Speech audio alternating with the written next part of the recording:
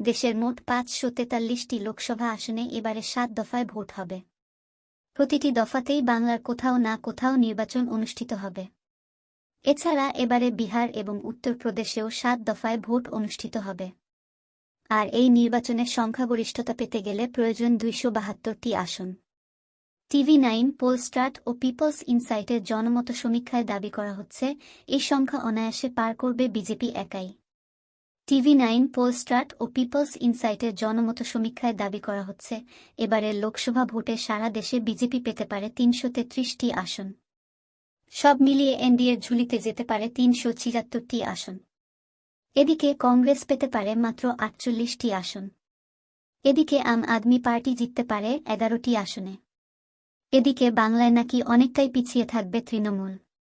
এদিকে জনমত সমীক্ষা অনুযায়ী বিজেপি ছাড়া এনডিএতে থাকা জেডিইউ পেতে পারে ১৫টি, টিডিপি পেতে পারে ৭টি আসন, অজিত পাওয়ার ও একনাথ শিন্ডের গোষ্ঠী সম্মিলিতভাবে পেতে পারে ১১টি আসন। চিরাগ পাসওয়ানের এলজেপি পেতে পারে ৫টি আসন। জয়ন্ত চৌধুরীর আরএলডি পেতে পারে ২টি আসন। এদিকে কংগ্রেসের নেতৃত্বাধীন ইন্ডিয়া ব্লক নাকি সব মিলিয়ে পেতে পারে মাত্র ১৩৩টি আসন। এর মধ্যে কংগ্রেস পেতে পারে ৪৮টি আসন, ডিএমকে পেতে পারে ২৩টি আসন, সপা পেতে পারে ৬টি আসন, সিপিএম পেতে পারে ২টি আসন, সিপিআই পেতে পারে ২টি আসন। এই জোটের তৃতীয় সর্বোচ্চ আসন সংগ্রহকারী হতে পারে তৃণমূল কংগ্রেস।